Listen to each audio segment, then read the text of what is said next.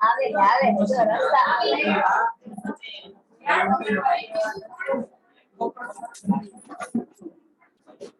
બસ હવે પૂરું હવે કઈ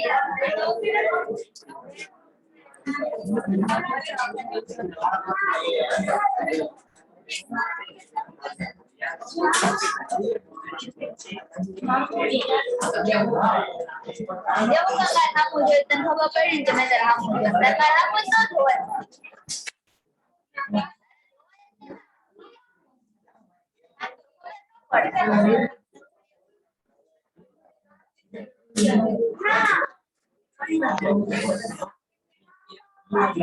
હેલો વાસો હતા ખરા હેલો વાસો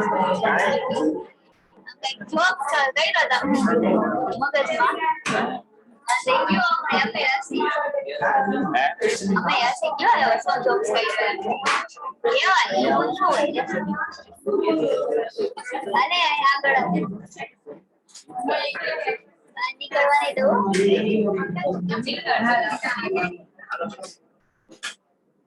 તો બાળકો સવારે લોન ઇન્સ્ટોલમેન્ટ ની વાર્તા કરતા હતા એક ક્વેશ્ચન ભાઈ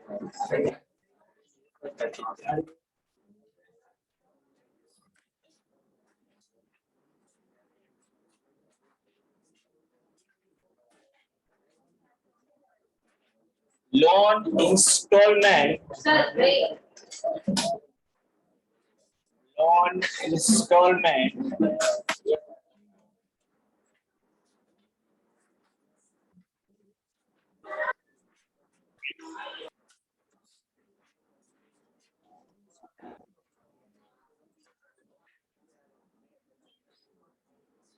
rupees 20,000 per month.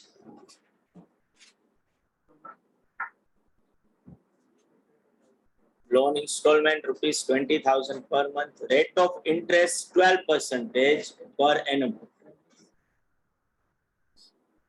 Rate of interest 12% per annum. Number of installments is equal to 12. Number of installments is equal to 12. Find loan amount.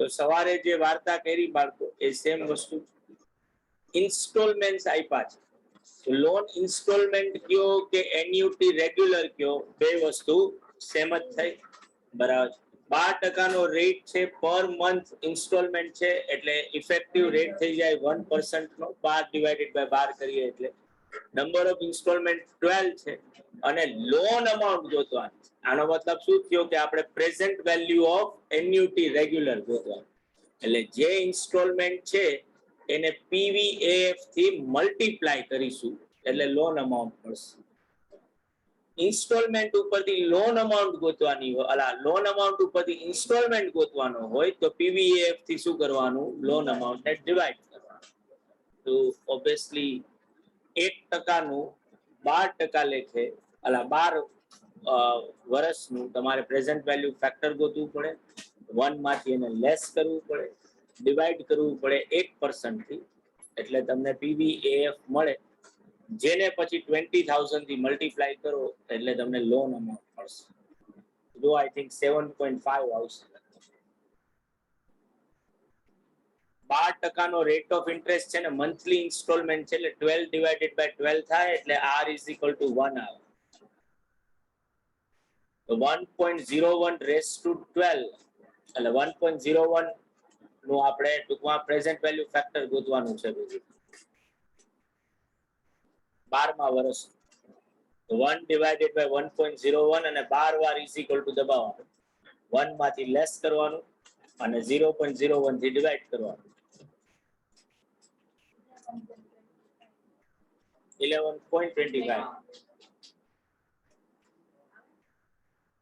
આમાં મેં કંઈક 1.5 લાખ લખ્યા છે તો હશે કઈક હાલો તમે જે કહ્યું એ તો લ્યો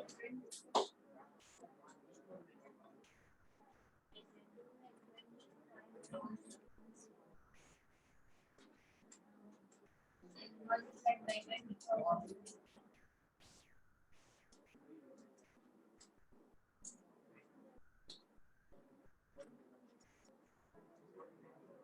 મારા આન્સર સાથે મેચ નથી થતું એટલે બધાને જે આવે એ ભાઈ 1% નું ભાઈ 12મા વર્ષનું પ્રેઝન્ટ વેલ્યુ ફેક્ટર શું થાય? હું તો ખાલી પ્રેઝન્ટ વેલ્યુ ફેક્ટર જ કહું. 0.8875 આવે છે એવું છે. Yes. 1 માંથી લેસ કરીએ ડિવાઈડ કરીએ 0.01 થી એટલે 11.25 આવે છે. સાચું. એને ગુણ્યા 20,000 કરો એટલે ઈ સાચો આન્સર. તો 2,25,000 extra. તો ઈ સાચો આન્સર ઈ તો કહું. મારામાં અહીંયા મેં 1.5 લાખ લખેલા એટલે ત્યારે કઈક બીજું કઈક હશે એટલા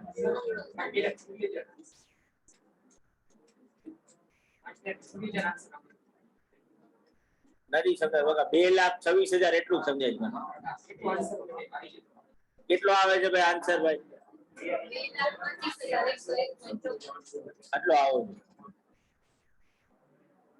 1% નું 12મા વર્ષનું પ્રેઝન્ટ વેલ્યુ ફેક્ટર ગણવાનું, 1 માંથી લેસ કરવાનું, ડિવાઈડ કરવાનું 0.01 થી એટલે આ લોકો બધાને 11.25 આવ્યું. સૌથી પહેલા તો તારે તારી જાતને આ ક્વેશ્ચન કરવાનો. 11.25 આવે તારે 11.3 આવે તને એટલા જ આવે તો પછી એને શીખવાડ ને બેટા.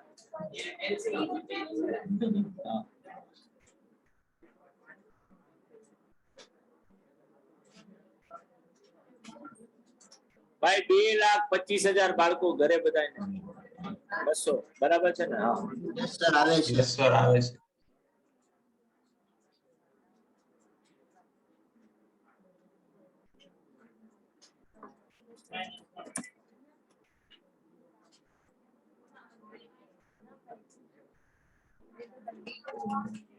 કોઈ બાકી નથી ને ભાઈ?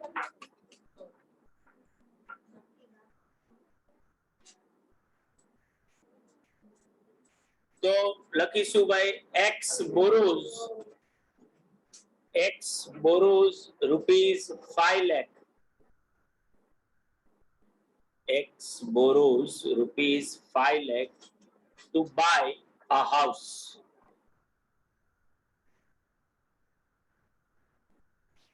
If he pays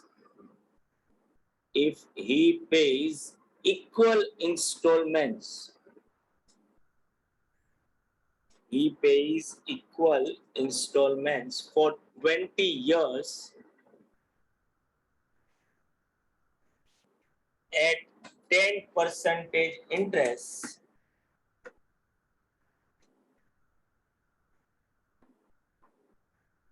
on outstanding balance,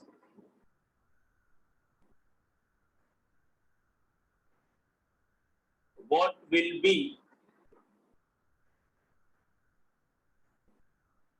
equal annual installment?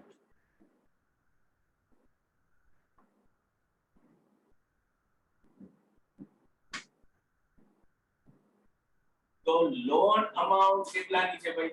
5 lakhs. 5 lakhs. Rate of interest છે 10%. અને નંબર ઓફ યર્સ છે 20 years. જો મારે લોન ઇન્સ્ટોલમેન્ટ ગોતવો હોય તો જે લોન અમાઉન્ટ છે એને PVAF થી ડિવાઇડ કરવું છે. તો PVAF માટે 1 માઈનસ હવે 10% નું 20મા વર્ષનું પ્રેઝન્ટ વેલ્યુ ફેક્ટર કરવાનું. 1 divided by 1.1 કરો અને 20 times અને દબાવો is equal to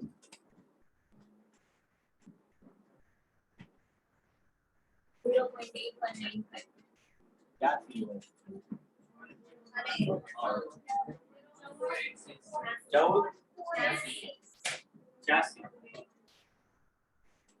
divided by 0.1 so 0.8514 8.514 સાચું છે? તો લોન ઇન્સ્ટોલમેન્ટ આવે 5 લાખ divided by 8.514.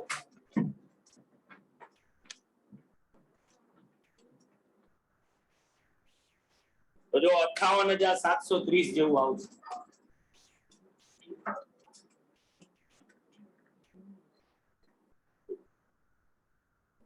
10% 20મા વર્ષનું પ્રેઝન્ટ વેલ્યુ ફેક્ટર લેવાનું જે છે 0.1486, 1 માંથી લેસ કરવાનું, ડિવાઇડ કરવાનું 0.1 થી, તો મને PVAF આવશે 8.514. જેને હવે લોન થી ડિવાઇડ કરવું એટલે મને એનો ઇન્સ્ટોલમેન્ટ મળે જે આવે 58,730 રૂપિયા. જો બરાબર છે ને? અને તમે જોઈ શકો કે 58,730 ગુણ્યા 20 વર્ષ કરો તો કેટલા રૂપિયા ચૂકવશો આ 20 વર્ષમાં? ભાઈ 11,74,000 સમથિંગ. તો 5 લાખની લોન ની સામે 11,74,000 ચૂકવશો એટલે 6,74,000 જેટલું ઇન્ટરેસ્ટ દેવાનું થશે. બરાબર છે બાળકો? ઘરે બધાને બાળકો? Yes, sir.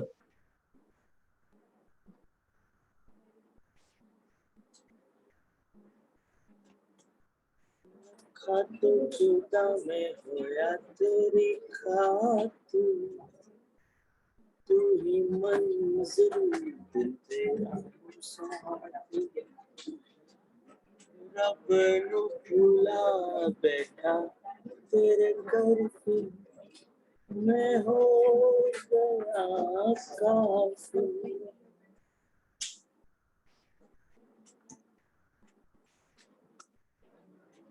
બરાબર છે બાળકો? અંદાય ને? Yes. So 5,000 is paid every year for 10 years. 5,000 is paid every year for 10 years to pay off a loan. To pay off a loan. What is loan amount? What is loan amount if interest rate be 14%, 14 be 14% per annum, compounded annually?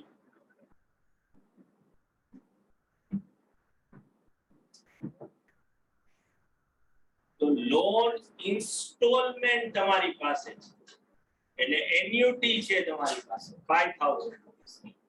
Rate of interest છે 14. અને કેટલા વર્ષો સુધી ચૂકવવાના છે? 10 years.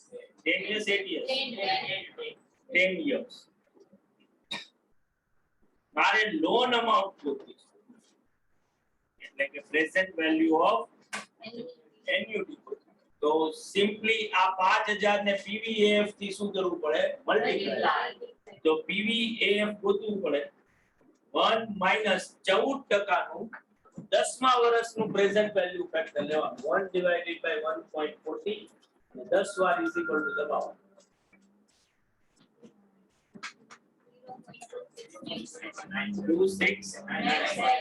divided by 0.40 5.2161. તો obviously loan હોવી જોઈએ 5,000 into 5.2161. 2 lakh क्या है? 26,800.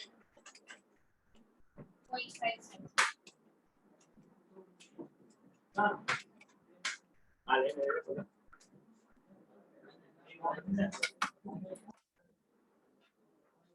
બાળકો લોન અમાઉન્ટ ગોતવાની છે એટલે પ્રેઝન્ટ વેલ્યુ ઓફ એન્યુટી થાય એટલે જે લોન ઇન્સ્ટોલમેન્ટ આપ્યો છે એને PVAF થી મલ્ટીપ્લાય કરવાનું આવે. તો PVAF ગોતવું પડે.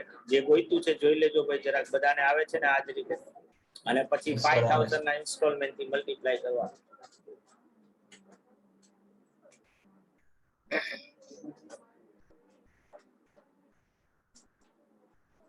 26,080 રૂપિયાની લોન હોવી જોઈએ.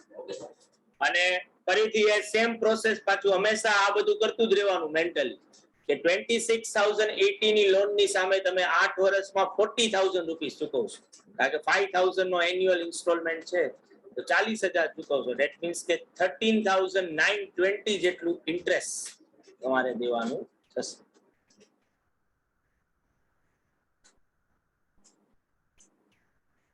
બરાબર, સામાન્ય માણસોને સમજાય ગયું.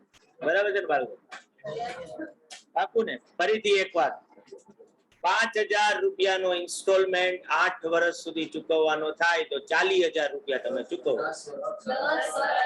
તો 50,000 રૂપિયા. એમ સીધું કેને થોડા લીધા તારી પાસે લે, સીધું તું બોલતો નથી 10 વર્ષ તો 50,000 રૂપિયા ચૂકવવાના. બરાબર છે? અને 26,000 ની લોન છે તો ઓલમોસ્ટ કેટલા થાય? 23,920 રૂપિયા. એ આચું કર્યું ભાઈ? મેં જોજો. ગુણવાનું 5,000 નો ઇન્સ્ટોલમેન્ટ 10 વર્ષ સુધી દે તો કેટલા રૂપિયા દે તું? જેની અત્યારે લોન કેટલા રૂપિયાની લીધી છે? 26,000 ની. તો difference ગોતવાનો.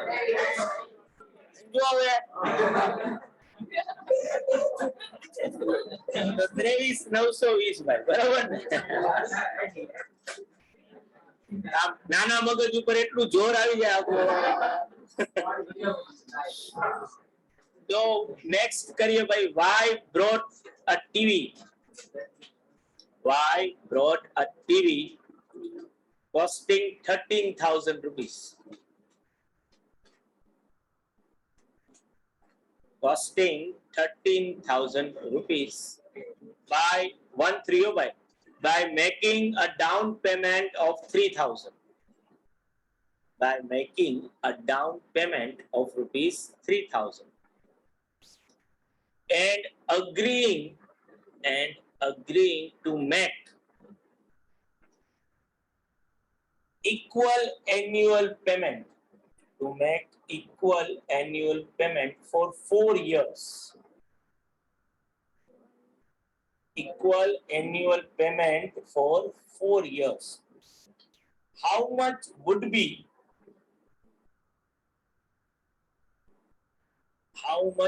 be each payment if interest on unpaid amount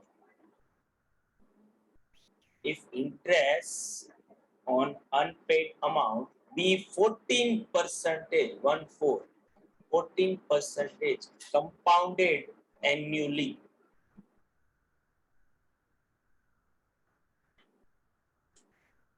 તો 13,000 નું ટીવી લીધું છે, 3,000 તો અત્યારે ડાઉન પેમેન્ટ ના આપી દીધા, તો લોન તરીકે કેટલા રૂપિયા લીધા હોય? 10,000.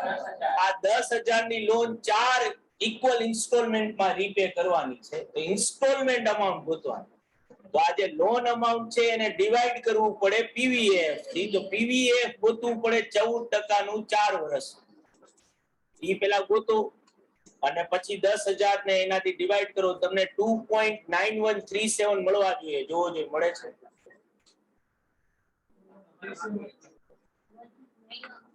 9137. આ ઈ કોઈ 2. હા એટલે હું ખાલી તેને કન્ફર્મ કરી રહ્યો છું.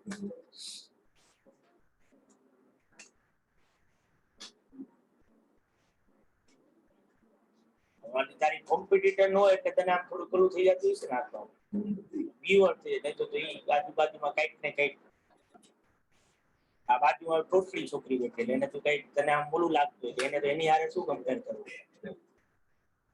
ઇવન નોટિસ કર્યું છે તું આમ જો સવારે ઈ તારી બાજુમાં બેઠી હોય ને તો તું કોઈથી મને પૂછતી નથી કે આ આવે તમે બે અંદર વાતો કરીને અત્યારે આ વિચારી જયલક્ષ્મી બેઠી છે તને એમ થયું કે જયલક્ષ્મી ને પૂછીને તો મારી ઓકાત ખોલી દેવાય.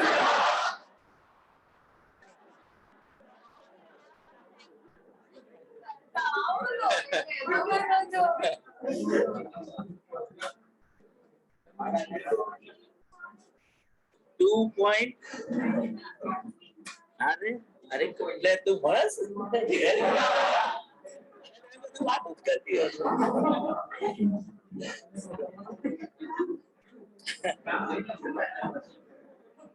3 4 3 2 સાચું સાચું ગજબ ગજબ. તો 3432 તું જવાબ દે પેલા હું તને કહી દઉં.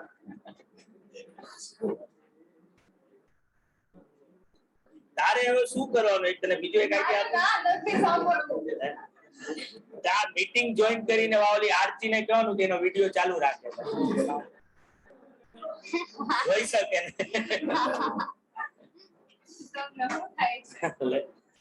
3432 બધાને આવી જાય છે ને બાળકો ઘરે બધાને ભાઈ આવી જાય. Okay very good.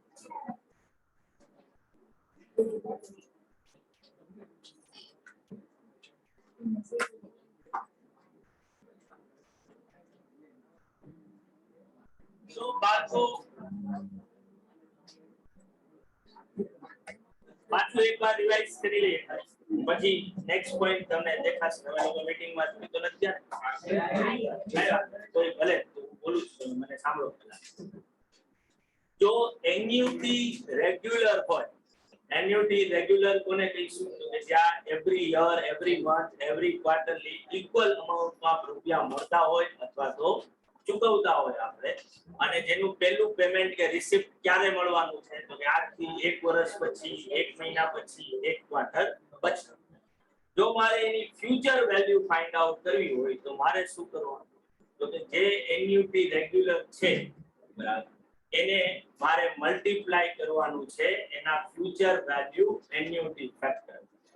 Future value annuity factor કઈ રીતે ગોતીશું તો કે future value factor for given years ગોતવાનું. ફ્યુચર વેલ્યુ ફેક્ટર એટલે 1. જો 10% નો રેટ હોય તો 1.1/5 જો 5 વર્ષ પછીની વેલ્યુ ગોતવાનું. -1 કરવાનું ડિવાઇડેડ બાય ઇન્ટરેસ્ટ રેટ કરો અને જે આવે એ ફ્યુચર વેલ્યુ એન્યુટી ફેક્ટર એને એન્યુટી ની જે અમાઉન્ટ છે એનાથી મલ્ટીપ્લાય કરશો તો આ એન્યુટી ની તમને શું મળશે ફ્યુચર. જો એન્યુટી ડ્યુ કે ઇમિડિયેટ હોય તો આ સેમ પ્રોસેસ કરવાની પહેલા ફ્યુચર વેલ્યુ એન્યુટી ફેક્ટર ગોતવાનું. જે આન્સર આવે એને પાછો 1 + r થી શું કરવાનો મલ્ટીપ્લાય કરવાનો કારણ કે 1 વર્ષ વધારાનું મળે છે ઇન્વેસ્ટમેન્ટ કરવા માટે. હવે જે આવ્યું એને એન્યુટી અમાઉન્ટ થી મલ્ટીપ્લાય કરો તો એની એક ફ્યુચર બધાને ભાઈ. હવે જો આ જ એન્યુટી રેગ્યુલર બરાબર અને મારે એની પ્રેઝન્ટ વેલ્યુ ગોતવી હોય તો શું કરવાનું તો કે તો ઓબ્વિયસલી મારે પ્રેઝન્ટ વેલ્યુ એન્યુટી ફેક્ટર અને પ્રેઝન્ટ વેલ્યુ એન્યુટી ફેક્ટર કઈ રીતે મળશે તો કે 1 - present value factor for the given years divided by r કરું. ઈ જે આવે એને મારા એન્યુટી થી મલ્ટીપ્લાય કરું એટલે મને અત્યારની પ્રેઝન્ટ વેલ્યુ મળી રેગ્યુલર માટે. અને આ રેગ્યુલર એન્યુટી નો એક સીધી પ્રેક્ટિકલ એપ્લિકેશન કઈ તો કે આ લોન કે ભાઈ જે લોન આપણે લઈએ છીએ એ શું છે તો કે એ present value of annuity regular છે. જે લોન ના ઇન્સ્ટોલમેન્ટ છે એ શું છે તો કે એ એન્યુટી છે. તો હવે અહીંયા જગલિંગ થઈ શકે જેના આપણે 3-4 ક્વેશ્ચન્સ છે કે તમને લોન ઇન્સ્ટોલમેન્ટ આપ્યા હોય એના ઉપરથી લોન અમાઉન્ટ ગોતવાની હોય ઓર તમારે લોન અમાઉન્ટ ઉપરથી શું ગોતવાનું હોય લોન ઇન્સ્ટોલમેન્ટ. તો જો લોન ઇન્સ્ટોલમેન્ટ ઉપરથી લોન અમાઉન્ટ ગોતવાની હોય તો બીજું કાઈ નથી it's a present value of annuity regular. જે લોન ઇન્સ્ટોલમેન્ટ છે એને પ્રેઝન્ટ વેલ્યુ એન્યુટી ફેક્ટર થી શું કરો મલ્ટીપ્લાય. પણ જો મારે લોન ઇન્સ્ટોલમેન્ટ ગોતવાનો હોય તો લોન અમાઉન્ટ ને પ્રેઝન્ટ વેલ્યુ એન્યુટી ફેક્ટર થી શું કરવાનું ડિવાઇડ કરવાનું. અહીંયા સુધી આપણે કહી બધાને ક્લિયર ભાઈ. અને ભેગું ઈ પણ સાથે સાથે કહીશું કે આપણે કોઈ પણ ફ્લો નો ફ્યુચર વેલ્યુ ગોતવી હોય કે ફ્યુચર વેલ્યુ ની પ્રેઝન્ટ વેલ્યુ કરવી હોય તો ઈ પણ આપણે સેમ કે જો આજે 10,000 રૂપિયા જે છે ઈ 5 વર્ષ પછી કેટલા થશે તો મારે સિમ્પલી શું કરવાનું તો કે 10,000 ને 5મા વર્ષના ફ્યુચર વેલ્યુ ફેક્ટર થી મલ્ટીપ્લાય કરવાનું. અને 5 વર્ષ પછી 50,000 મળવાના હોય એની પ્રેઝન્ટ વેલ્યુ શું થાય તો ઈ 50,000 ને 5મા વર્ષના પ્રેઝન્ટ વેલ્યુ ફેક્ટર થી શું કરી નાખવાનું મલ્ટીપ્લાય. આ બધાને એટલે બધાને ક્લિયર થાય. તો એન્યુટી રેગ્યુલર ની પ્રેઝન્ટ વેલ્યુ કઈ રીતે મળે ઈ આપણે જોઈશું. હવે આપણે જે પોઈન્ટ લેવાનો છે એ છે એન્યુટી ડ્યુ કે એન્યુટી ઇમિડિયેટ હોય તો એની પ્રેઝન્ટ વેલ્યુ કઈ રીતે આપણે ફાઇન્ડ આઉટ કરી શકીએ. તો ફ્યુચર વેલ્યુમાં એવું એમને પહેલા કહી દઉં પછી આપણે એક્ઝામ્પલ થી એ સમજીએ. ફ્યુચર વેલ્યુ ગોતતી વખતે આપણે 1 યર વધારાના ઇન્વેસ્ટમેન્ટ નું મળતું બરાબર કે રાઈટ. જે કંઈ પણ ફ્યુચર વેલ્યુ એન્યુટી ફેક્ટર આવતું હતું એને પાછા 1.8 થી શું કરવાનું 1 + r થી મલ્ટીપ્લાય. હવે જો મારે પ્રેઝન્ટ વેલ્યુ કરવી હોય તો 1/10,000 તો મને આજે જ મળશે કે જે પ્રેઝન્ટ ટર્મ્સમાં એની કોઈ પ્રેઝન્ટ વેલ્યુ કરવાની હોય નહીં બરાબર છે. અને પછી એવરી યર 10,000 રૂપિયા મળવા. તો બેઝિકલી આપણે એક્ઝામ્પલ થી જ ઓલામાં જોઈએ તો જો તમે લોકો ઓલામાં જોડાયેલા હો ભાઈ તો જો એક ટેબલ તમને સ્ક્રીન ઉપર દેખાશે.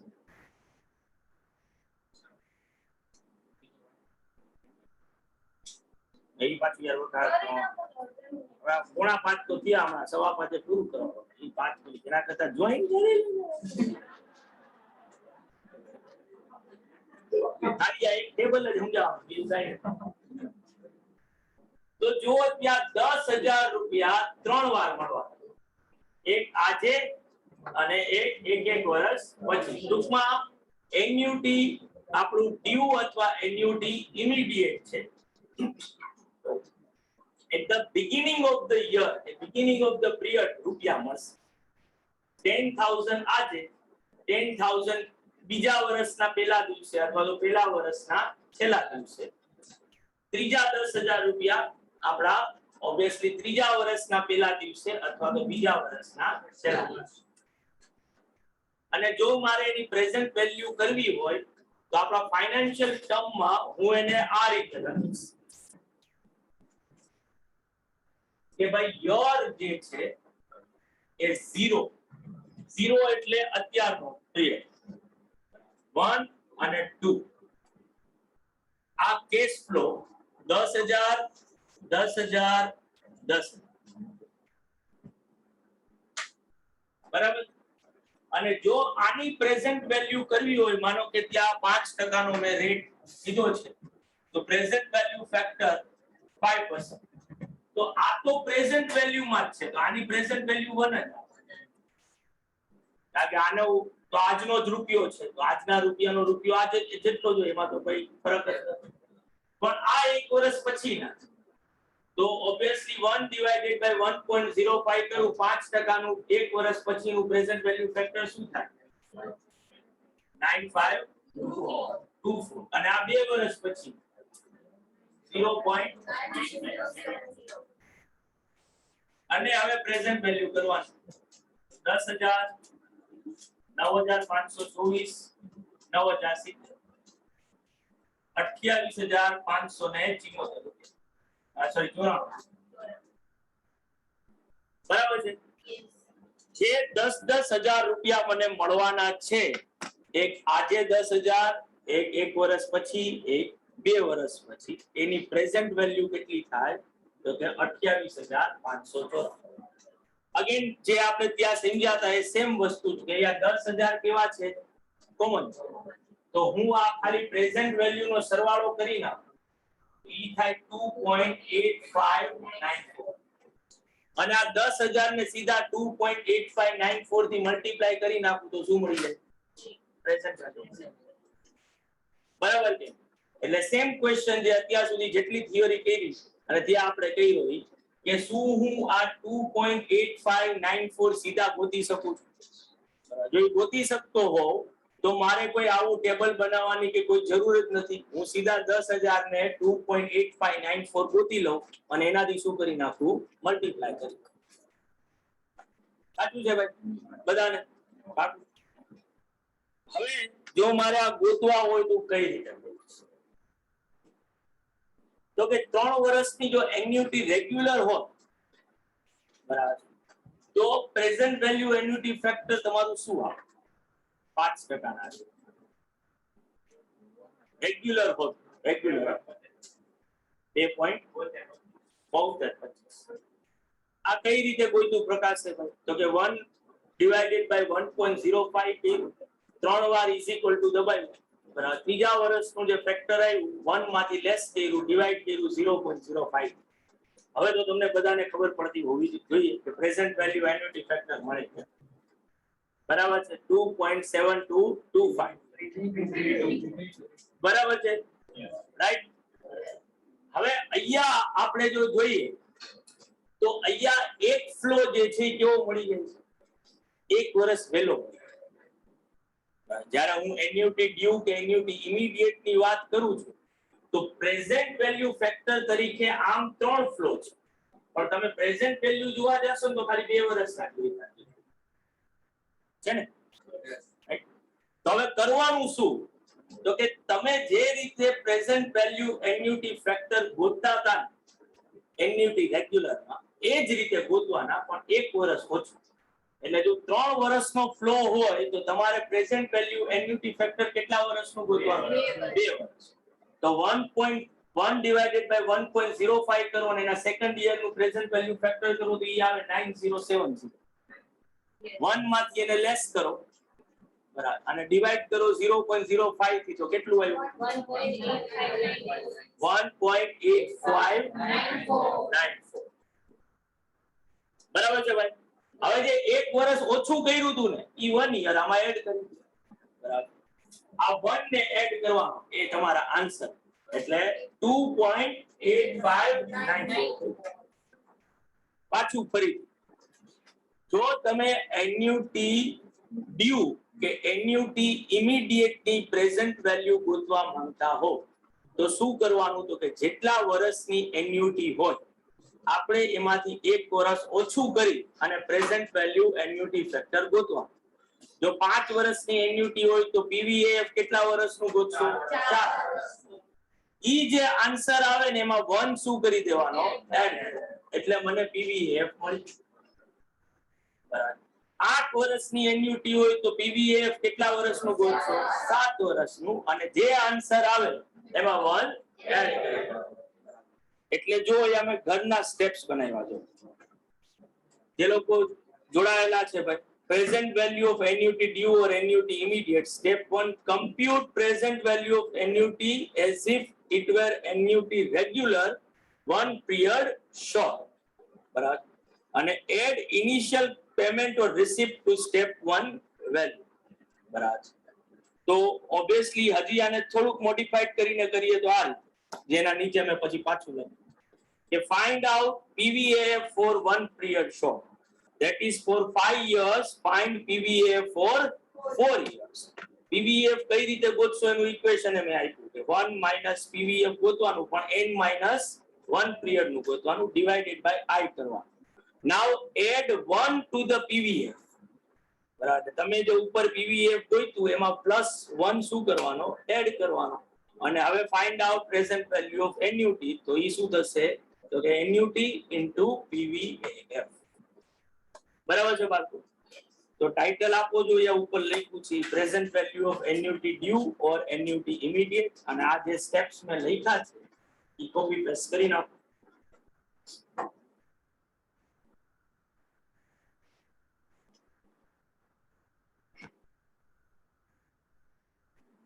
ભાઈ ઘરે બધાને સમજાણું ને ભાઈ?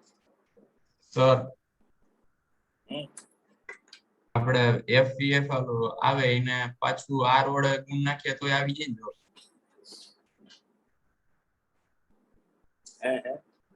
ઓલું કોષ્ટક કરો ને 1 મિનિટ પાછું.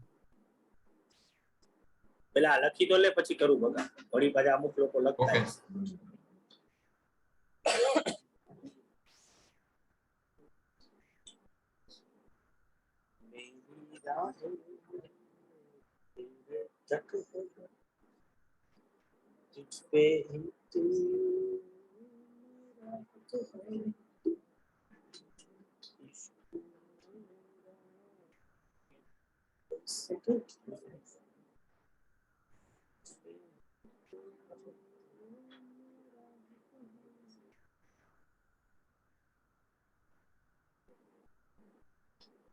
ઓકે. छोड़ूंगा मैं तेरे पीछे,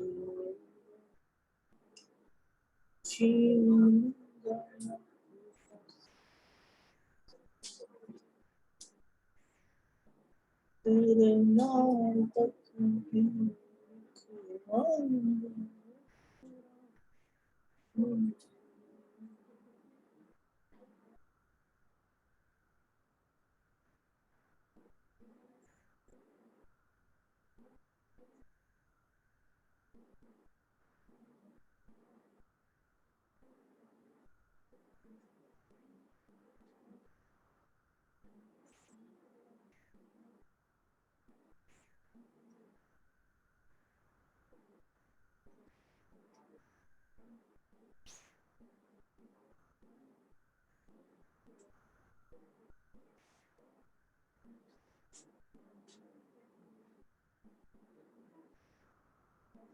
ડન. બધાને લખાઈ ગયું બાળકો ઘરે? Yes sir.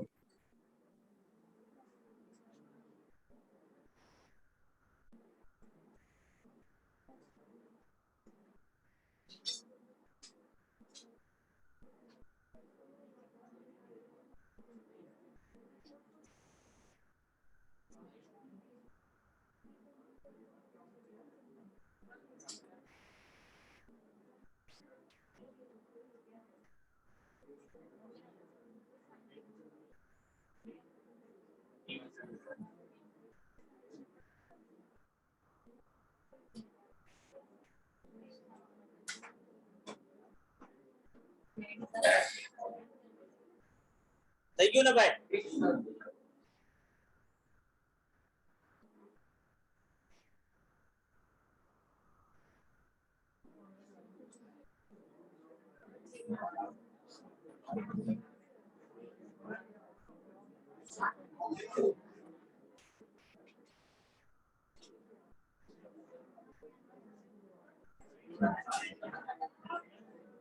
બોલ ભાઈ શું કહેતો હતો કે? સર આમાં 2.72 32 है અને પાછું 1.05 વડે મલ્ટીપ્લાય કરીએ તો 2.8594 માં આવી જાય. હા આવી જાય ને તો ભાઈ એવું શું કામ કરવું છે? એના કરતા આ વધારે ઈઝી છે. જોજો ઓકે સર હું તો ખાલી આમ તો થાય ને 0.7225 એને ગુણ્યા 1.05 તો 2.8596 આવશે. ઓલમોસ્ટ એની બાજુમાં આવશે.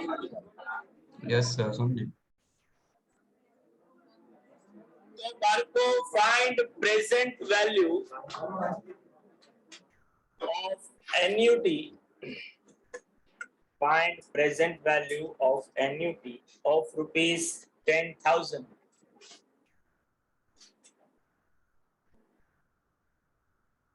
for 5 years. For 5 years, starting from today,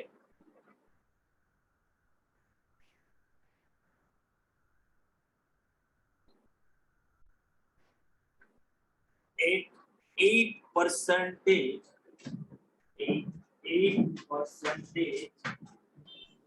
per annum.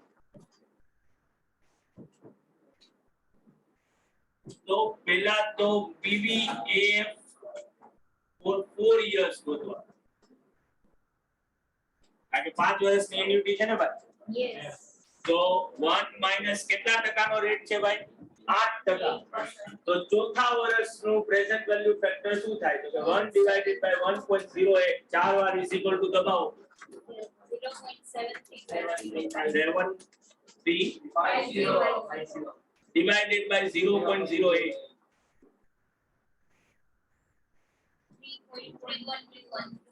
3.21 તો હવે રિક્વાયર્ડ પીવીએફ શું થશે? 3.3121 માં 1 એડ કરી દેવાનું તો 4.3121 અને પ્રેઝન્ટ વેલ્યુ ઓફ એન્યુટી તો કેટલા રૂપિયાની એન્યુટી હતી ભાઈ? 10,000 તો 43,121.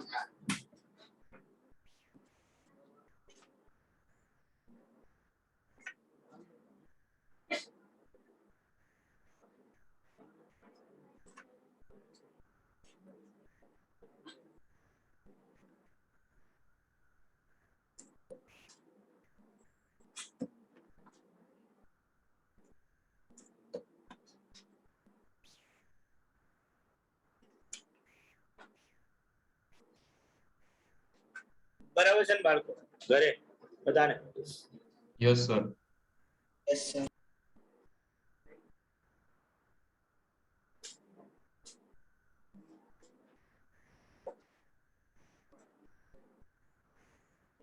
બધાને બાળકો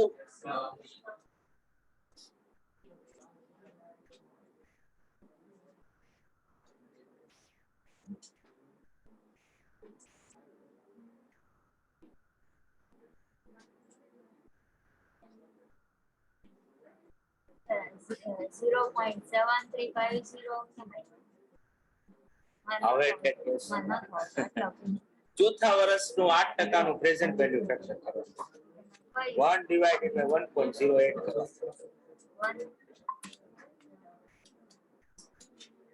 4 વાર દબાવવાનું છે.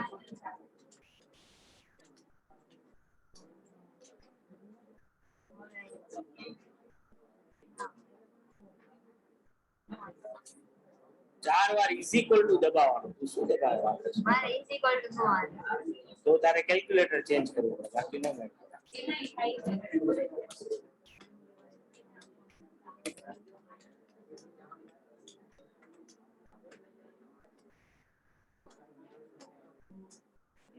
સેવન થ્રી ફાઈવ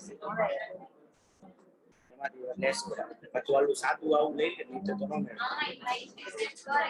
મારે નથી થતું એનું નારું અલગ છે. બધાને બાળકો થઈ ગયું ને? Find out present value of annuity. Find out present value of annuity of rupees 4,000. Of rupees 4,000 payable from today. Payable from today for 6 years. For 6 years at 12% per annum. Find out present value of annuity of rupees 4,000 payable from today for 6 years at 12% per annum. તો પેલા 5મા વર્ષનું PVAF ગોતવાનું, જેમાં 1 add કરવાનું અને પછી multiply કરવાનું એને 4,000 થી. 18,420 આન્સર આવવો જોઈએ તમારો. જો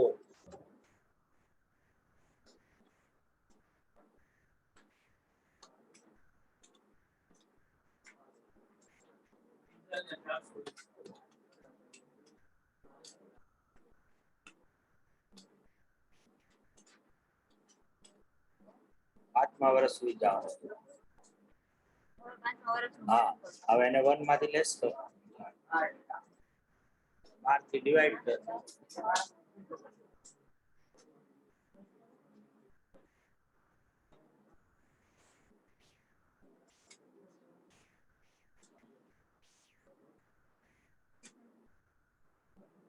ગુણ્યા 100. 3.605. 18,000 આવવું જોઈએ. તારા આન્સર 4 ની ઉપર આવવું. પછી એમાં આ હજી 1 તો એડ કર. 3.605 આવ્યા ને, બીજો હજી PVAF આવ્યો. હજી 1 એડ કરવાનું. હા, અને આને ગુણ્યા 4,000 કરો.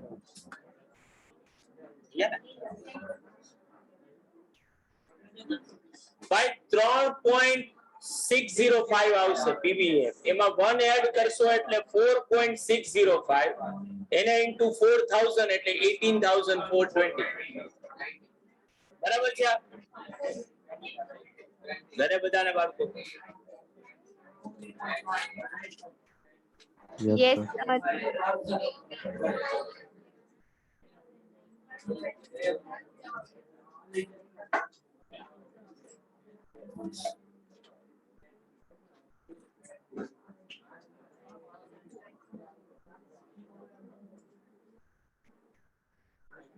તો એના પછી લખીશું suppose your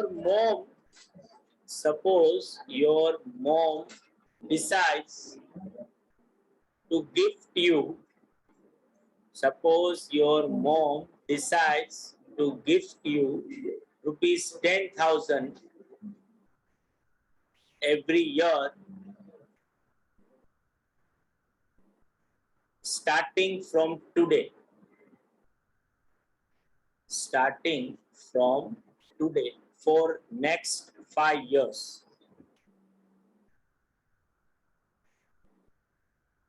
You next 5 years you deposit this amount in a bank, as and when in a bank as and when you receive and get 10% per annum interest rate, and get 10% per annum interest rate compounded annually.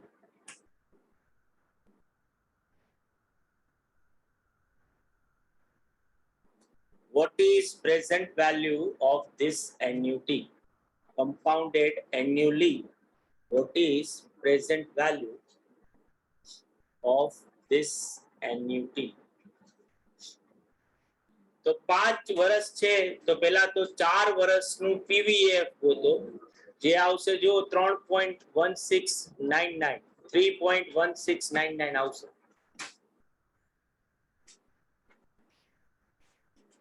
4 વર્ષનું પીવીએફ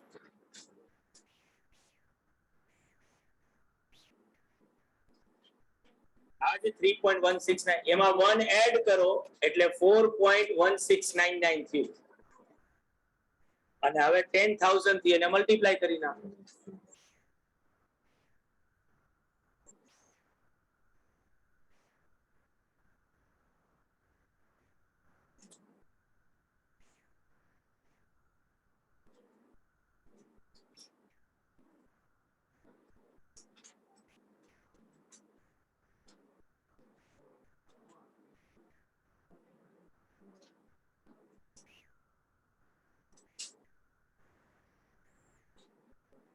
₹41,699.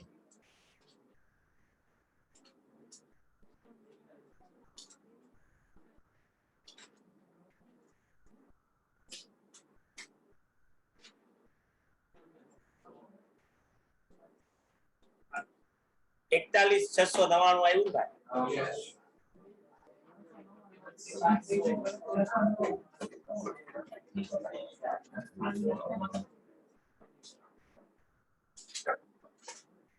તો હવે applications આપણે start કરી રહ્યા છીએ ભાઈ, અને sinking fund વાળું પછી કરશું.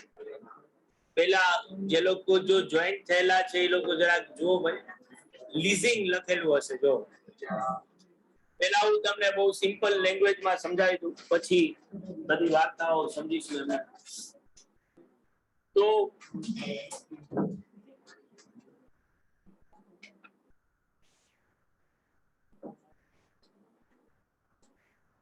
લીઝિંગ નો બહુ સિમ્પલ આપણે જો ગુજરાતીમાં એનો અર્થ કરીએ તો ભાડાપટ્ટાનો કરાર. અને ભાડાપટ્ટાનો કરાર જે છે આ એક બહુ કોમ્પ્લેક્સ ટર્મ છે. ફાઇનાન્શિયલ મેનેજમેન્ટના અંદર આ એક વન ઓફ ધ ફાઇનાન્શિયલ આપણી સ્ટ્રેટેજી છે કે જે મુજબ આપણે ફાઇનાન્સ ડિસિઝન્સ જે છે એ લઈ શકીએ છીએ. તમે ઇન્ટરમીડિયેટમાં આવશો ત્યારે અકાઉન્ટિંગ સ્ટાન્ડર્ડ્સ ભણશો, જેમાં AS 19 જે છે અકાઉન્ટિંગ ફોર લીઝિસ આ એક કરશું, બરાબર. અને કેપિટલ બજેટિંગ થિયોરી જે ફાઇનાન્શિયલ મેનેજમેન્ટમાં ભણશો એમાં પણ લીઝિંગ વાળો ક્વેશ્ચન એ ત્યાં પણ થશે પાછો. હવે ઓબ્વિયસલી આ લીઝિંગ શું છે તો કે there are number of types of leases. અલગ અલગ ટાઈપના ભાડાના કરારો જે છે એ થતા હોય છે, પણ પ્રાઇમરીલી જે મોસ્ટ પોપ્યુલર કરાર જે છે એ બે છે. એક છે ફાઇનાન્સ લીઝ અને એક છે ઓપરેટિંગ. આ સિવાય બિગ ટિકિટ લીઝ છે, વેટ લીઝ છે, ડ્રાય લીઝ છે, બરાબર. there are number of એના અલગ અલગ પ્રકારો જે છે એ છે, પણ આ બે સૌથી પ્રોમિનન્ટ પ્રકાર ફાઇનાન્સ લીઝ અને ઓપરેટિંગ. તમે આગળ અકાઉન્ટ્સમાં ભણશો ફાઇનાન્સ લીઝ જે છે એ કોને કહેવાય. લીઝના અંદર બે પાર્ટી, એક લેઝર હોય, બરાબર, કે જેને ભાડે આ વસ્તુ આપી છે, જે એસેટ નો લીગલ ઓનર છે, બરાબર, અને એ ભાડા ઉપર કોઈ એસેટ ચડાવે. અને બીજો છે લીઝિંગ, જેને ભાડા ઉપર એ એસેટ જે છે એ લીધી છે અને પિરિયોડિકલ પેમેન્ટ નક્કી થયું છે કે ભાઈ અમે આટલા ઇક્વલ પેમેન્ટમાં જે છે એ પૈસા ચૂકવીશું, જેને લીઝ રેન્ટ કહેવાય. હવે ફાઇનાન્સ લીઝ જે છે એ એક એવી લીઝ છે કે જ્યાં લીઝી ઇવન ધો લીગલ ઓનર નથી તો પણ એને ઓનરશિપના જે છે બધા હકો અને રાઈટ જે છે મળે છે. એટલે ઇવન ધો એ લીગલ ઓનર નથી ને તો પણ આને આપણા મેથ સાથે કોઈ લેવા દેવા નથી. આ જસ્ટ ખાલી હું તમને એમને ખુલામાં કહી રહ્યો છું. તો પણ ઈ પોતે એ અસેટ ને પોતાના બુકમાં અસેટ તરીકે બતાવશે અને એનું ડેપ્રિસિએશન એ પોતે જ ક્લેમ કરશે. અને લેઝર કે જે એનો એક્ચ્યુઅલમાં લીગલ ઓનર છે ઈ એ વસ્તુને પોતાના બુકમાં અસેટ તરીકે બતાવી શકશે નહીં. ઓબ્વિયસલી ફાઇનાન્સ લીઝ જે છે એ સબસ્ટન્સ ઓવર ફોર્મ નું આઈડિયલ એક્ઝામ્પલ. તમે અકાઉન્ટના અંદર ભણ્યા છો સબસ્ટન્સ ઓવર ફોર્મ. ભણ્યા? અકાઉન્ટ્સમાં ભણ્યા નથી 11મા 12મા? સબસ્ટન્સ ઓવર ફોર્મ શું વાત? કેમ કરવું સબસ્ટન્સ લીગલ ફોર્મેટ સબસ્ટન્સ આજે ટ્રાન્ઝેક્શન ની જે એન્ટ્રી જે છે ને એ એના સબસ્ટન્સ ઉપર થાય. ટ્રાન્ઝેક્શન કેવું છે ના એના લીગલ ફોર્મ ઉપર ન થાય. એટલે કે જેમ કે અહીંયા એક્ચ્યુઅલમાં તો ડેપ્રિસિએશન કોણ ક્લેમ કરે? જે એસેટ નો માલિક હોય, તો જે એનો લીગલ ઓનર છે એ ડેપ્રિસિએશન ક્લેમ કરે. પણ ફાઇનાન્સ લીઝ એક એવું ટ્રાન્ઝેક્શન છે એનું સબસ્ટન્સ એવું સ્ટ્રોંગ છે કે ઇવન ધો લીઝી એનો લીગલ ઓનર નથી તો એ ડેપ્રિસિએશન કોણ ક્લેમ કરશે? લીઝી કરશે. લીઝી જેના બુકમાં અસેટ થાય. તમે ઘણી બધી બેલેન્સ શીટમાં લીઝ ઓલ અસેટ બતાવતા હશો, અસેટ થાય, બરાબર, ફિક્સ અસેટ. ઈ એક્ચ્યુઅલમાં ઈ ભાઈની પોતાની માલિકીની નથી પણ તો ઈ અસેટ તરીકે બતાવે. આ સબસ્ટન્સ ઓવર ફોર્મ. બહુ સિમ્પલ રીતે જો સબસ્ટન્સ ઓવર ફોર્મ ને સમજવું હોય ને તો મહાભારત આઈડિયલ એક્ઝામ્પલ. બરાબર. સબસ્ટન્સ ઓવર ફોર્મ જેથી મહાભારત ને તમે વાંચો એટલે તમને એમાં ઘણા બધા number of example substance over form. સૌથી મોટું એક્ઝામ્પલ કૃષ્ણ ભગવાન. તમને કોઈ પૂછે કે કૃષ્ણ ભગવાનના મમ્મી કોણ? તમને નથી આવડતું. કોઈ પણ લોકો જો કૃષ્ણ ભગવાનના મધર વિશે વાત કરે ને તો એનું પહેલું નામ એના મગજમાં સૌથી પહેલા યશોદા. બરાબર. હવે યશોદા એના બાયોલોજીકલ મધર હતા. એના બાયોલોજીકલ મધર જે છે એ દેવકી. પણ તોય આજે સમાજ જે છે, બરાબર, એ દેવકીને કૃષ્ણ ભગવાનના માનું સ્થાન નથી આપતા અથવા તો આપે છે તોય યશોદાની જે ટૂંકમાં એક આપણે જે કહીએ કે જે મહત્વ છે અથવા તો એને જે આપણે સ્થાન આપીએ છીએ એવું દેવકીને નથી. આ સબસ્ટન્સ, આ રિલેશનશિપ નું સબસ્ટન્સ છે કે જે એના લીગલ ફોર્મ ઉપર સુપર થઈ રહ્યું છે ભારત.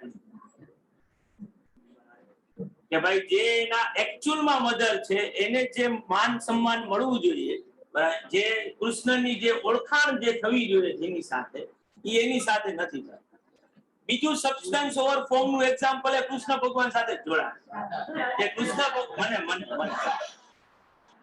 સમજાવી દેવો મારું ઠંડુ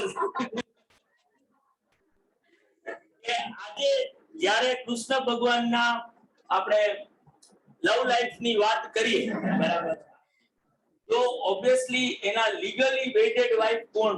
તો કે રૂકમણી. પણ જ્યારે પણ કૃષ્ણ ભગવાનનું નામ આવે છે ત્યારે ક્યારે રૂકમણી કૃષ્ણ એવું આપણે બોલતા નથી. આપણે રાધે કૃષ્ણ. તો રાધા જે છે એ એક્ચ્યુઅલમાં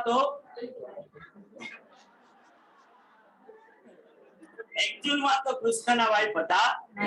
પણ અગેન ટ્રાન્ઝેક્શન નું સબસ્ટન્સ એના લીગલ ફોર્મ ઉપર શું થઈ રહ્યું છે? ભારત. આ વસ્તુ આપણે અકાઉન્ટમાં રેકોગ્નાઇઝ કરીએ.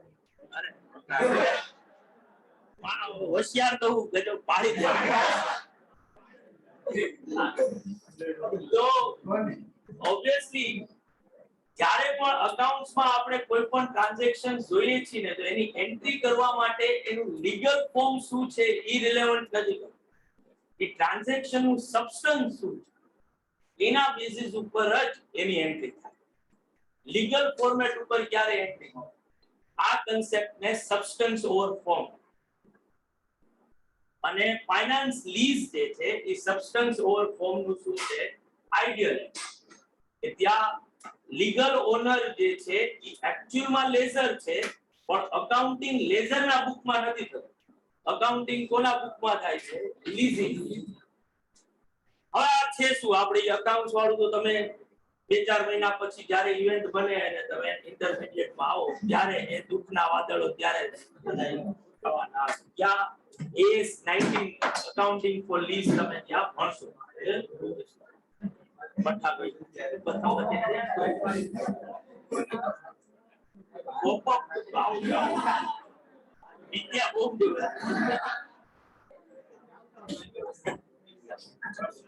તો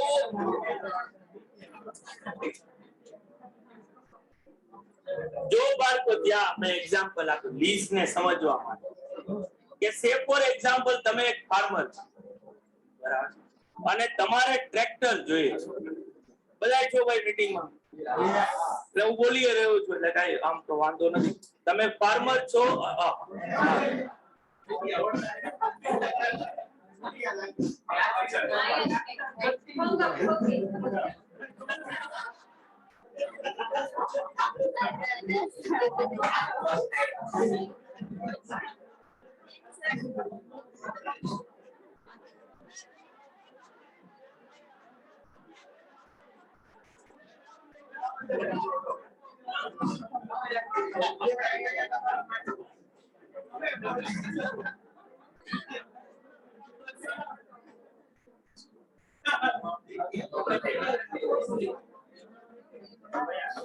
બોલવામાં આવે છે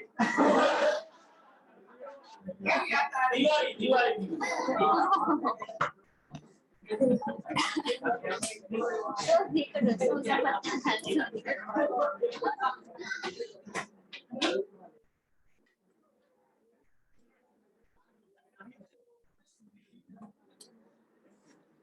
તો માનો કે તમે ફાર્મર છો અને તમારે ટ્રેક્ટર જે છે એ જોઈએ છે.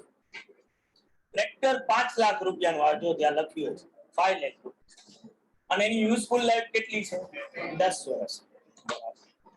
તમારી પાસે ટ્રેક્ટર ખરીદવાના પૈસા નથી તો હવે તમારે જો ટ્રેક્ટર જોઈતું હોય તો સામાન્ય રીતે લોકો જે છે એક જે કોમન ચેનલનો યુઝ કરે છે એ શું છે તો કે બેંક પાસે અને બેંકમાંથી ટ્રેક્ટર માટેની લોન લે.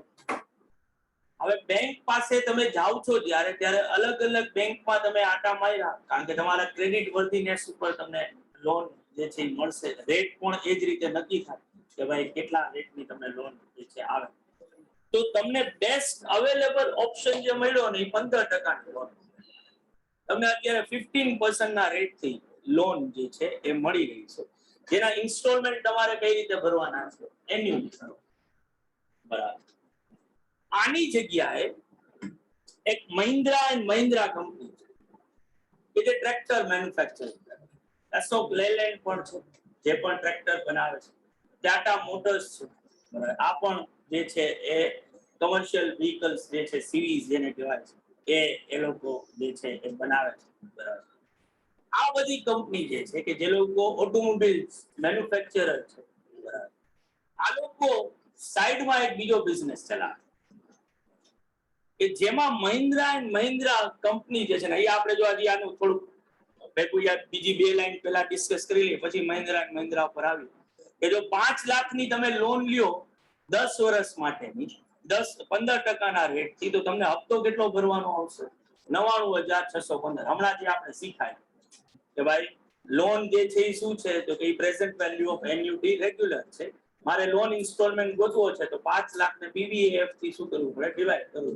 ઈ મેં ડિવાઈડ કર્યું તો 99,615 નો હપ્તો આવ્યો બરાબર. તો ઓબ્વિયસલી એઝ અ ફાર્મર જે છે હું પોતે હવે બીજા ઓપ્શન્સ એક્સપ્લોર કરી તો મને ખબર પડી કે મહિન્દ્રા એન્ડ મહિન્દ્રા કંપની જે છે કે જે ટ્રેક્ટર બનાવે છે અને સાથે સાથે એ ટ્રેક્ટર ને લીઝ ઉપર દેવાનું. કે જેમાં મહિન્દ્રા એન્ડ મહિન્દ્રા કંપની મારી સાથે બરાબર વેચવા ટ્રેક્ટર વેચવાની જગ્યાએ મને એવું કે ભાઈ 10 વર્ષ માટે તમે શું કરો ટ્રેક્ટર ભાડા પટ્ટા પર લો. આજે મેં ખરીદ્યું હોત તો હું કેટલા વર્ષ યુઝ કરવાનો 10 વર્ષ જ યુઝ કરવાનો બરાબર. આની જગ્યાએ મને ઈ જ 10 years માટે મને શું કહી રહ્યા છે કે ભાડા પટ્ટા પર લો. અને આ ટ્રેક્ટર નો જે છે ઈ તમે અમને દર મહિને શું કરો દર વર્ષે શું કરો રેન્ટ ચૂકવો. બરાબર. જો હું મહિન્દ્રા એન્ડ મહિન્દ્રાના ઓપ્શનમાં ન ગયો હોત તો મારે બેંકમાં પણ આ સેમ વસ્તુ કરવી પડત કે દર વર્ષે મારે એને શું આપવું પડત લોન ઇન્સ્ટોલમેન્ટ. લોન ઇન્સ્ટોલમેન્ટ નું નામ ચેન્જ થઈ ગયું અને હવે એનું નામ શું થઈ ગયું લીઝ રેન્ટ. તો મહિન્દ્રા એન્ડ મહિન્દ્રા શું મારા આંધળા પ્રેમમાં છે કે જે મને 5 લાખનું ટ્રેક્ટર એમ કહે કે ભાઈ જા તું 10 વર્ષ વાપરજે દર વર્ષે 50,000 રૂપિયા આપજે. આપણે તો 5 લાખ આપણે તો હું તો મેન્યુફેક્ચરર છું તો મારે તો 5 લાખનું ટ્રેક્ટર છે વેચું તો 5 લાખ રૂપિયા મળે તો 5 લાખ ભલે તું અત્યારે નો આપ કટ્ટે આપજે પણ 50,000 આપજે એવું કરે તો ઓબ્વિયસલી ઈ જો પૈસા પોસ્ટપોન કરી રહ્યા હોય બરાબર તો એમાં ઈ પોતે શું એક્સપેક્ટ કરતા હશે રિટર્ન એક્સપેક્ટ કરતા હશે. જે રીતે ઓલા બેંક વાળા 5 લાખ રૂપિયા અત્યારે આપે છે તો પાછા એને મળે ત્યારે 5 લાખ ઉપર ઇન્ટરેસ્ટ એક્સપેક્ટ કરી રહ્યા છે. સેમ વસ્તુ મહિન્દ્રા એન્ડ મહિન્દ્રા કંપની પણ કરી બરાબર. તો મહિન્દ્રા એન્ડ મહિન્દ્રા કંપની જે છે એ તમને ઓફર આપે છે કે ભાઈ તું જે છે એ લીઝ ઉપર આ ટ્રેક્ટર લઈ જા 90,000 ના ભાડે બરાબર 90,000 જો જ્યાં લખ્યું છે કે ભાઈ ઓપ્શન આપવામાં આવે ટ્રેક્ટર નો લીઝ ઉપર 90,000 જે શું છે lease rent. As a farmer તમે વિચારો ને તો આ તમારા માટે એક વિન વિન સિચ્યુએશન બધાય માટે કે આજે જો આ જ ટ્રેક્ટર હું લોન લઈને લેવા જાઉં તો મારે દર વર્ષે કેટલા દેવા પડે 95,000 કારણ કે લોન નો હપ્તો 99,000 રૂપિયા એટલે ઓલમોસ્ટ 1 લાખ બરાબર. 1 લાખની જગ્યાએ મહિન્દ્રા એન્ડ મહિન્દ્રા આ જ સેમ વસ્તુ મને આપી રહી છે મારે એને દર વર્ષે કેટલા દેવાના છે 10 વર્ષ પછી જો ટ્રેક્ટર મારા માટે આમે કેવું થઈ જવાનું હતું નકાઉ બંગાળમાં જ વેચવાનું બરાબર. અહીંયા 10 વર્ષ પછી મહિન્દ્રા એન્ડ મહિન્દ્રા કદાચ ટ્રેક્ટર પાછું લઈ જાય મારી પાસે તો શું ફેર પડે કારણ કે એની કોઈ વેલ્યુ તો આમે આવવાની હતી નહીં બરાબર. પણ અત્યારે મારા શું થાય 10,000 રૂપિયા પછી ઓર સાવ સિમ્પલ લેમેનની ભાષામાં વાત કરીને તો મહિન્દ્રા એન્ડ મહિન્દ્રા કંપની જે છે ઈ પણ મને લોન જ આપી દે છે બરાબર. આ એક ફાઇનાન્શિયલ અરેન્જમેન્ટ જ છે પણ આ લોન નો જો રેટ કરું ને રેટ ઓફ ઇન્ટરેસ્ટ તો મને રેગ્યુલર બેન્કિંગ ચેનલ કરતા આ રેટ કેવો મળી રહ્યો છે ઓછો. તો એઝ અ ફાર્મર જે છે મારી પાસે આ ફાઇનાન્શિયલ ઓપ્શન્સ કે ભાઈ મારે બેંકમાંથી લોન લઈ અને ટ્રેક્ટર ખરીદવું કે હું આ જ ટ્રેક્ટર લીઝ ઉપર લઈ. અને as a student as a financial student મારા માટે એક આ પ્રોબ્લેમ્સ આવે કે જે મારે ઇવેલ્યુએટ કરવાના કે ભાઈ મારે કોઈ અસેટ લેવી છે તો મારી પાસે બે ઓપ્શન છે કે કાં તો ઈ અસેટ હું બેંકમાંથી લોન લઈને ખરીદું અને કાં ઈ અસેટ શું કરું લીઝ ઉપર લઉં. કયો ઓપ્શન મારા માટે બેસ્ટ છે તો કે ટોટલી એ વસ્તુ ઉપર ડિપેન્ડ કરે છે કે કયો ઓપ્શનમાં મને વધારે ફાયદો થાય અને ફાયદો ક્યાં વધારે થાય તો કે જ્યાં રેટ ઓફ ઇન્ટરેસ્ટ ઓછો હોય બરાબર. તો ફાર્મર ને આજે મેં ત્યાં જો એમને લખ્યું છે ત્યાં કે જો આ 90,000 નો હપ્તો કરીએ ને તો ઇન્ટરેસ્ટ રેટ જો કમ્પ્યુટ કરીએ ને તો કંઈક 13% જેટલું પડે. એટલે જે લોન એને 15% માં મળતી હતી એ જ વસ્તુ હવે એને કેટલામાં પડી રહી છે 13%. તો ઈ કયો ઓપ્શન ચૂઝ કરશે તો કે લીઝ ઉપર લેવો બરાબર. તો લીઝિંગ જે છે આ એક one of the financial instrument છે. લીઝિંગ માટે હંમેશા આ વસ્તુ જે છે એ ફાઇનાન્શિયલ ડિસિઝન થાય. લીઝિંગના પોઈન્ટ ઓફ વ્યૂ થી વાત કરો ને તો એના માટે એક ફાઇનાન્શિયલ ડિસિઝન છે કે ભાઈ કયા ઓપ્શનમાં જવું બેંક વાળા ઓપ્શનમાં જવું કે લીઝ વાળા. લેઝરના પોઈન્ટ ઓફ વ્યૂ થી વાત કરો ને તો આ એક ઇન્વેસ્ટમેન્ટ ઓપ્શન કે ભાઈ આવું ઇન્વેસ્ટમેન્ટ કરાય કે ન, કારણ કે ઈ બેઝિકલી તમને શું આપી રહ્યો છે, 5 લાખની લોન આપી રહ્યો, જેના ઉપર ઈ પોતે ઇન્ટરેસ્ટ એક્સપેક્ટ કરી રહ્યો છે, કેટલા ટકાનું? 13%. કે ભાઈ આજે 5 લાખ રૂપિયા જે છે, અને મહિન્દ્રા એન્ડ મહિન્દ્રા માટે તો બે રીતે ફાયદો છે કે એનું ટ્રેક્ટર એ વેચાઈ ગયું, અને પાછા જે ટ્રેક્ટરના જો અત્યારે વેચાતો 5 લાખ રૂપિયા મળત, એની જગ્યાએ આ 5 લાખ રૂપિયા અને નેક્સ્ટ 10 યર સુધી 10-13% નું શું આપી રહ્યું છે? રિટર્ન આપી રહ્યું છે. બરાબર, તો ઈ એક કાકરે બે પક્ષી મારી. બરાબર, અને ફાર્મર ને ઈ ફાયદો છે કે ભાઈ બેંકમાં જાત તો 15% ની જાત, એની જગ્યાએ મહિન્દ્રા એન્ડ મહિન્દ્રા પાસેથી ઈ ટ્રેક્ટર મળી રહ્યું છે 13% ની અંદર. તો બધા લોકો માટે શું છે? આ એક win win situation. As a student મને જે છે આ વસ્તુને ઇવેલ્યુએટ કરવાની આવે, અને આ વસ્તુ તો જ હું ઇવેલ્યુએટ કરી શકું કે જો મને ટાઈમ વેલ્યુ વિશે ખબર પડતી. બરાબર, તો હું ઇન્સ્ટોલમેન્ટ અમાઉન્ટ ની બધાને શું કરી શકું? કમ્પેર કરી શકું. બાકી તો એ વસ્તુ થઈ જ ન શકે. એટલે જો ફાર્મર નીડ્સ અ ટ્રેક્ટર, માર્કેટ વેલ્યુ 5 લાખ અને useful life 10 years. Bank offers કરે છે 15% નો રેટ, જેનો ઇન્સ્ટોલમેન્ટ આવે છે 99,526, જે ઓલરેડી આગળ ગોતી દીધું. અને મહિન્દ્રા એન્ડ મહિન્દ્રા જે છે એ 10 years માટેનો કોન્ટ્રાક્ટ કરે છે, એની માટે એનું રેન્ટ સેટ કરે છે 80,000. બરાબર, તો ઓબ્વિયસલી બહુ સિમ્પલ, સાવલી રીતે જોઈએ તો બેંકમાંથી જો લોન લે તો એને 10 વર્ષમાં 9,95,260 દેવાના આવે, જ્યારે મહિન્દ્રા એન્ડ મહિન્દ્રા કંપનીને એને કેટલા આપવાના આવે? ખાલી 8 લાખ, 80,000. તો એમને મેં ખબર પડે કે કયો ઓપ્શન વધારે સારો છે, લીઝમાં જાઉં જો હું એક ફાર્મર હોઉં તો. બરાબર, તો હવે મારે શું કરવાનું થાય? તો કે મારે હવે ઓપ્શન જે છે, બે ઓપ્શન વચ્ચે સિલેક્શન કરવાના ક્વેશ્ચન આવે, કે જેમાં મને કીધું હોય કે ભાઈ એક બેંક લોન મળી રહી છે કે જેનો હપ્તો આટલો છે, એનો ઇન્ટરેસ્ટ રેટ આટલો છે, અને એની સામે બીજો ઓપ્શન છે લીઝ. તો ઓબ્વિયસલી લીઝમાં આટલો હપ્તો આવે છે અથવા તો આટલો ઇન્ટરેસ્ટ રેટ છે, તો મારે બેંકમાંથી લોન લેવું ઈ વધારે ચીપર છે કે લીઝમાંથી મારે અસેટને પરચેસ કરવી એ વધારે મારા માટે ચીપર છે? આ બે ઓપ્શનમાંથી મારે જે મારા માટે બેસ્ટ ઓપ્શન હોય એ શું કરવાનું? સિલેક્ટ કરવાનું. જેમ કે તમે અત્યારે એક્ઝામ્પલ લખીશું નહીં બાળકો, આ બધું હવે કાલે કરશું, પણ તમે જો એક્ઝામ્પલ ત્યાં છે, ABC Limited wants to lease out an asset costing 3,60,000 for 5 years period. It has a fixed rental of 1,05,000 rupees per annum payable annually starting from the end of the first year. Suppose the rate of interest is 14% per annum compounded annually, on which money can be invested by the company. Is this agreement is favorable to the company? તો આ લેઝરના point of view થી આ question આપો છે કે 3,60,000 રૂપિયાનું એક અત્યારે મશીન છે, એનું લીઝ રેન્ટ એ નક્કી કરી નાખ્યું કે ભાઈ 1,05,000 નું લીઝ રેન્ટ આપવાનું, 5 વર્ષની લીઝ ટર્મ, અને એનું એક્સપેક્ટેડ રેટ ઓફ રિટર્ન શું છે? 14%. તો આપણે હવે ઇવેલ્યુએટ કરીને આપવાનું છે કે ભાઈ આ લીઝ એગ્રીમેન્ટ જે છે એ લેઝર માટે બેનિફિશિયલ છે કે નહીં. બરાબર, એ જ રીતે જો એના પછીનો ક્વેશ્ચન જુઓ તમે, the company is considering proposal of purchasing machine either by making full payment of 4,000 or by leasing it for 4 years at an annual rate of 1,250. Which course of action is preferable if company can borrow money at 14% compound?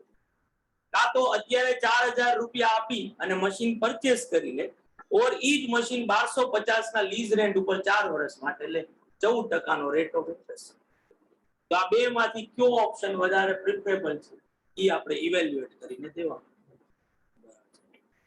તો obviously આ questions જે છે, જેમ કે જો એના પછી જો which option is preferred, taking loan 20%, 20,000 at 12% per annum for 5 years or taking lease with an annual payment of 6,000. તો 20,000 ની લોન લેવી કે જેના ઉપર ઇન્ટરેસ્ટ રેટ કેટલો છે 12% નો 5 વર્ષ માટે, કે લીઝ રેન્ટમાં જાવું કે જ્યાં લીઝ નો તમારે હપ્તો કેટલો આવશે 6,000 નો, તો બહુ સિમ્પલ એ આ તો થઈ જાય. તો લોન નો હપ્તો ગોતી લઉં, જો એ 6,000 થી વધારે આવતો હોય તો લીઝ રેન્ટ ઓપ્શન વધારે સારું. તો 6000 થી ઓછો આવતો હોય તો લોન નો ઓપ્શન વધારે છે. પણ આ બધા વસ્તુમાં ત્રણેય ક્વેશ્ચન જે આપણે અત્યારે એમને ખાલી વાંચ્યા, આ બધાના અંદર મેઇન પાર્ટ શું છે કે તમને ખબર પડતી હોવી જોઈએ કે ભાઈ ટાઈમ વેલ્યુ નું શું રિલેશન છે, કઈ રીતે તમે ઓપ્શન ને ઇવેલ્યુએટ કરી શકો. કારણ કે મારે અલ્ટિમેટલી ઇન્સ્ટોલમેન્ટ સાથે આઈધર ઇન્સ્ટોલમેન્ટ ને કમ્પેર કરવા પડશે ઓર ઇન્ટરેસ્ટ રેટ ની સાથે કોને કમ્પેર કરવું પડશે, ઇન્ટરેસ્ટ રેટ. એના ઉપરથી હું એ વસ્તુ કહીશ. બરાબર છે બાપુ? તો હવે કાલે જ્યારે મળશું ત્યારે આપણે આના ક્વેશ્ચન્સ જે છે એ સ્ટાર્ટ કરીશું. કાલે મેથ્સ નો જ લેક્ચર આપણે હવે આ મેથ્સ નું ચેપ્ટર જે છે એ પહેલા પૂરું જ કરી નાખીએ, કારણ કે હવે સાવ ઓલમોસ્ટ છેલ્લા પોર્શન ઉપર જ છીએ. તો જો કાલે લેક્ચર આવે મારું તો કાલે મેથ્સ માટે કરીશું. બરાબર? આવજો.